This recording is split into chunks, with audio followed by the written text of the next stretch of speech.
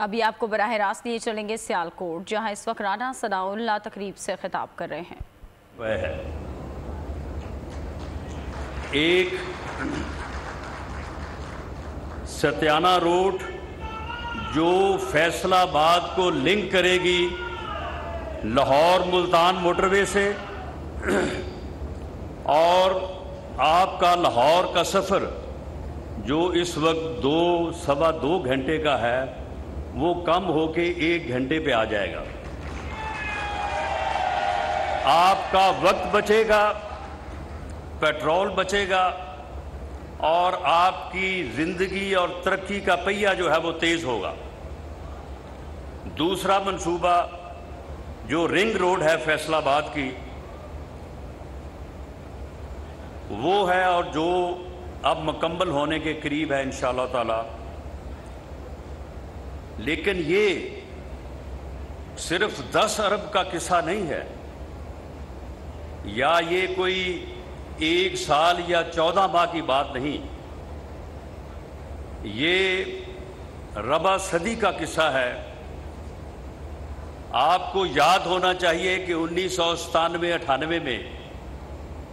جب میاں شہباز شریف کو آپ نے منتخب کیا اور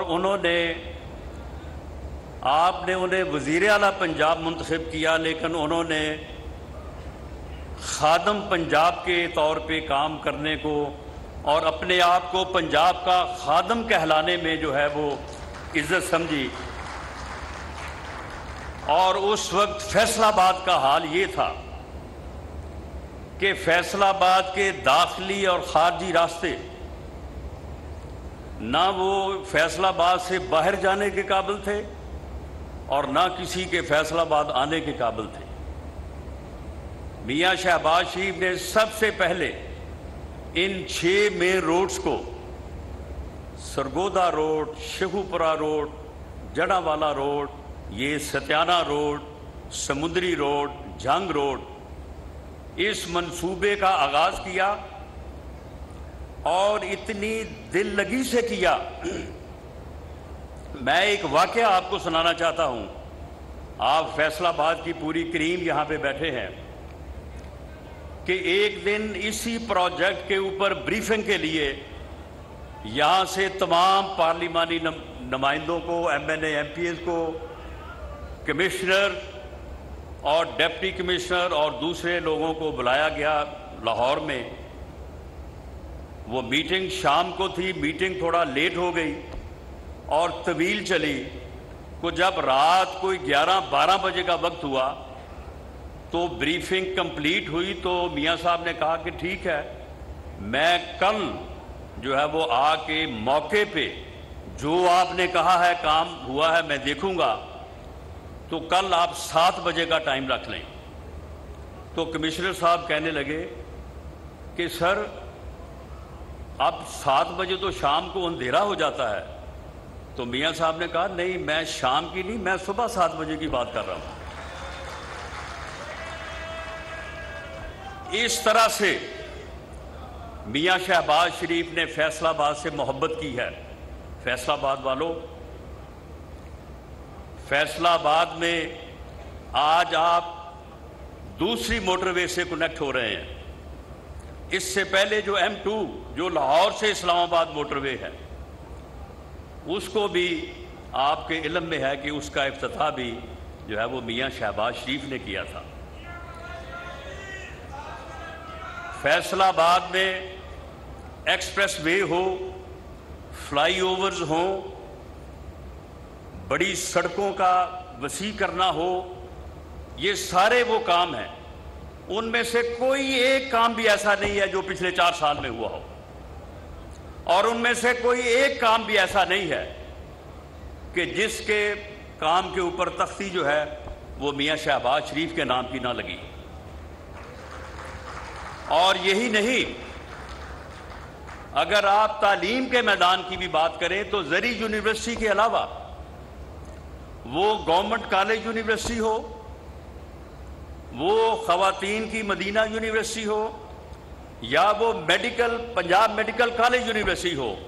یہ بھی وہ منصوبے ہیں جو کہ میاں شہباز شریف نے فیصل آباد کو دیے ہیں۔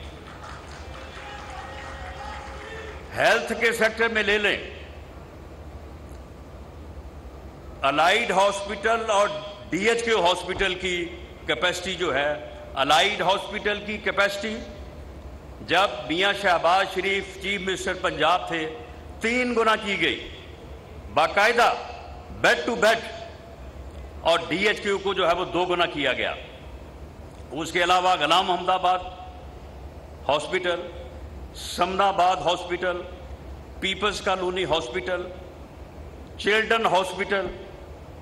F I C institute of cardiology جو دل کا ہاسپٹل ہے، یہ تمام ہسپتال جو ہیں یہ میاں شہباز شریف کا فیصل آباد کو تحفہ ہے۔ میں فیصل آباد کے میرے بزرگوں اور میرے بھائیوں، میں نے یہ صرف میگا پروجیکٹس کا ذکر کیا ہے، میں نے ان اربہا جو ہے وہ فنڈز کا اور ان منصوبوں کا جو دوسرے کاموں میں جو پارلیمنٹیرینز کی جو ہے وہ نشاندہی پہ خرچ ہوئے ہیں، میں نے ان کا ذکر نہیں کیا۔ لیکن آپ مجھے بتائیں کہ فیصل آباد سے اگر ان میگا پروجیکٹس کو نکال دیں تو پھر فیصل آباد میں بچتا کیا ہے؟ فیصل آباد پھر شہر نہیں، پھر ایک بہت بڑے گاؤں کا نمونہ دیتا ہے، جو کہ 1997 میں یہی کہا جاتا تھا۔ تو میں یہ عرض کروں گا کہ یہ خدمت کا جو سفر ہے، یہ خدمت کی جو لگن ہے، یہ لوگوں کے ساتھ جو کمٹمنٹ ہے، یہ پاکستان مسلم لیگ نون کا اثاثہ ہے۔ میاں نواز شریف کی قیادت میں میاں نواز شریف نے مسلم لیگ کو اقتدار کی جو ہے وہ کوریڈور سے نکال کے، غلام گردشوں سے نکال کے مسلم لیگ کو ایک عام آدمی کی جماعت بنایا۔ مسلم لیگ کو وہ ایک عام ورکر کے پاس لے کے آئے، اور مسلم لیگ میں خدمت کا جو تصور ہے وہ میاں شہباز شریف نے نہ صرف کر کے دکھایا بلکہ اس کا لوہا پوری دنیا میں منوایا۔ چائنا تک کے لوگ جو ہے وہ اس بات کے قائل ہوئے کہ میاں شہباز شریف نے جس لگن سے بجلی کے وہ کارخانے جنہوں نے بجلی کے بحران کو ختم کیا وہ لگائے، انہوں نے کہا کہ یہ کارخانے ہم تو 5-6 سال میں لگاتے ہیں، انہوں نے 3 سال میں جو ہے یہ کارخانے لگا کے اپنی قوم کو جو ہے وہ اندھیروں سے اجالوں میں لے آئے۔ انہوں نے پھر وہ پنجاب سپیڈ کا ایک نام جو اب تک جو ہے وہ بڑا چل رہا ہے، وہ انہوں نے یہ نام انہوں نے دیا تھا۔ تو میں آپ سے کوئی گلہ نہیں، میں یہ عرض کرنی چاہوں گا کہ سیاست اور خدمت کا یہ امتزاج جو پاکستان مسلم لیگ نون کے پاس ہے، 2018 کا الیکشن چرایا گیا اور اس کے بعد اس ملک پہ ایک ایسے فتنے کو مسلط کیا گیا جس نے 4 سال میں اس ملک کی بربادی کر دی، جس نے 4 سال میں اس ملک میں کوئی ترقیاتی کام نہیں کیا۔ میں پاکستان کی بات آپ کے سامنے نہیں کرتا، آپ مجھے فیصل آباد کی بات بتا دیں۔ میں نے یہاں پہ مختصر وقت میں جو ہے وہ درجن بھر منصوبوں کا ذکر آپ کے سامنے کیا ہے۔ کوئی اٹھے اور مجھے بتائے کہ ان 4 سالوں میں کوئی ایک پروجیکٹ، کوئی ایک سڑک، کوئی ایک منصوبہ جو ہے وہ فیصل آباد میں جو ہے وہ انہوں نے جو ہے وہ زیر تعمیر لایا ہو۔ بنانا تو بہت دور کی بات ہے، مکمل کرنا دور کی بات ہے، اس کا سنگ بنیاد ہی رکھا ہو۔ ما سوائے اس کے کہ ایف آئی سی میں جو ہے وہ جو تختی ہمارے نام کی لگی ہوئی تھی اسے اتار کے جو ہے وہ اپنے نام کی تختی لگا دی۔ تو میرے بھائیوں، میں آپ سے آخر میں یہ عرض کرنی چاہوں گا کہ پاکستان مسلم لیگ نون نے میاں نواز شریف کی قیادت اور میاں شہباز شریف کی عوامی خدمت کی بنیاد پہ نہ صرف پاکستان کو ترقی دی ہے، نہ صرف پاکستان کو وہ آگے لے کے بڑھے ہیں۔ پاکستان میں کوئی آپ موٹر ویز کا ذکر کریں یا میٹروز کا، آپ ہاسپٹلز کا ذکر کریں یا ہائی ویز کا، آپ ہاسپٹلز کے ساتھ آپ ایئرپورٹس کی بات کریں یا آپ کسی اور بڑے منصوبوں کی بات کریں، ہر جگہ پہ پاکستان مسلم لیگ نون اور اس کی حکومت اور ان کے قائدین کا جو ہے وہ آپ کو نام ملے گا۔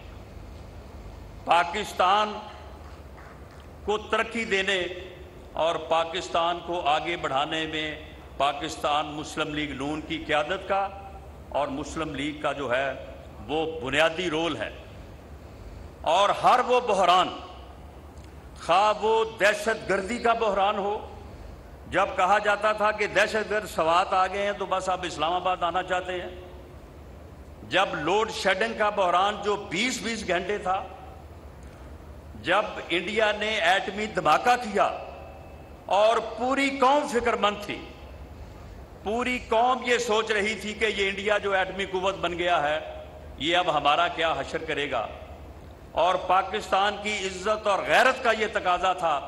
کہ پاکستان ایٹمی قوت بنے، پاکستان ایٹمی دھماکے کرے، اور پوری دنیا اور امریکہ کا صدر 5 فون کر رہا تھا کہ خبردار اگر آپ نے ایٹمی دھماکے کیے، دنیا کسی مسلمان قوت کو ایٹمی قوت نہیں دیکھنا چاہتی، ہم یہ برداشت نہیں کریں گے۔ اس کے 5 ٹیلی فونوں کے جواب میں اگر کسی قائد نے، اگر کسی لیڈر نے قوم کی غیرت پہ آواز دی اور قوم کی عزت کو دوبالا کیا تو وہ میاں نواز شریف ہے، جس نے 5 ٹیلی فونوں کے جواب میں 6 ایٹمی دھماکے کیے اور پاکستان کو پہلی اسلامی ایٹمی قوت بنایا۔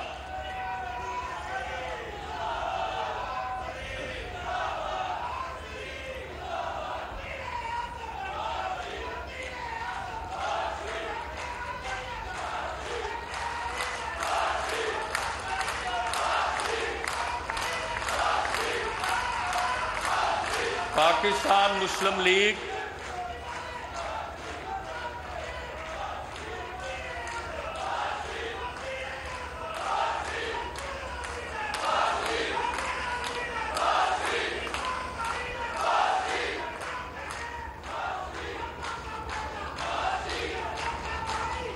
پاکستان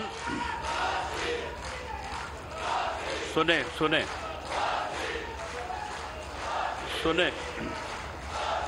پاکستان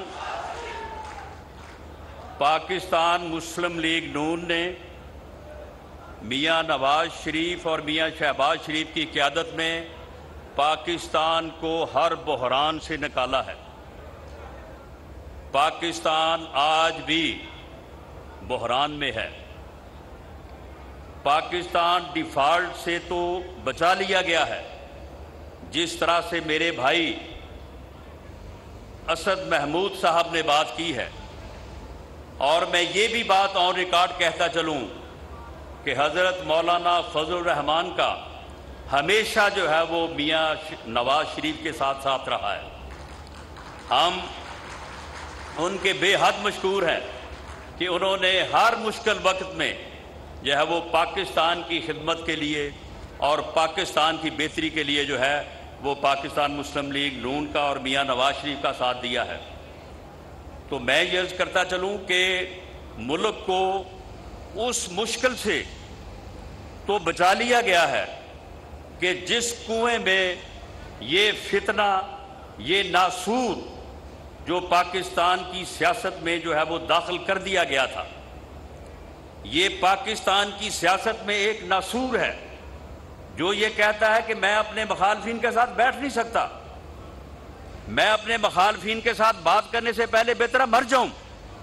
آپ مجھے بتائیں کہ اس طرح سے کوئی ملک چل سکتا ہے؟ اس طرح سے کسی ملک کی سیاست جو ہے وہ چل سکتی ہے؟ 25 مئی سے 26 نومبر تک اور 26 نومبر سے 9 مئی تک اس نے کیا سیاست کی ہے اس ملک میں؟ میں چھوڑوں گا نہیں،